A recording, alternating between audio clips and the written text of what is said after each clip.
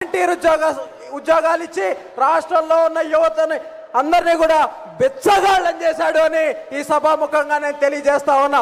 అయితే వాలంటీర్ ఉద్యోగాలు సెంటు భూములు ఇచ్చిన జగన్మోహన్ రెడ్డి ఎక్కడ 20 సంవత్సరాల క్రితమే తెలుగువాడి స్థాయి అంతర్జాతీయ స్థాయి అని తెలియజేసిన మన నాయకుడు నారా చంద్రబాబు నాయుడు గారు ఎక్కడ అని ఈ సందర్భంగా మనందరం కూడా గమనించాలి.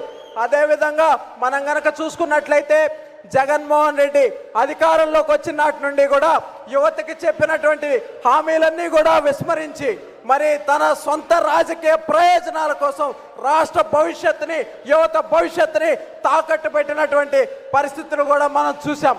మరి అదే విధంగా మనం గమనిస్తున్నట్టయితే ఈరోజు రాష్ట్రంలో సార్ ధనికులందరూ కూడా పెద్ద పెద్ద కార్ల మీద నువ్వేమా నమ్మకం జగనన్న అని స్టిక్కర్లు వేసుకుని తిరుగుతున్నారు.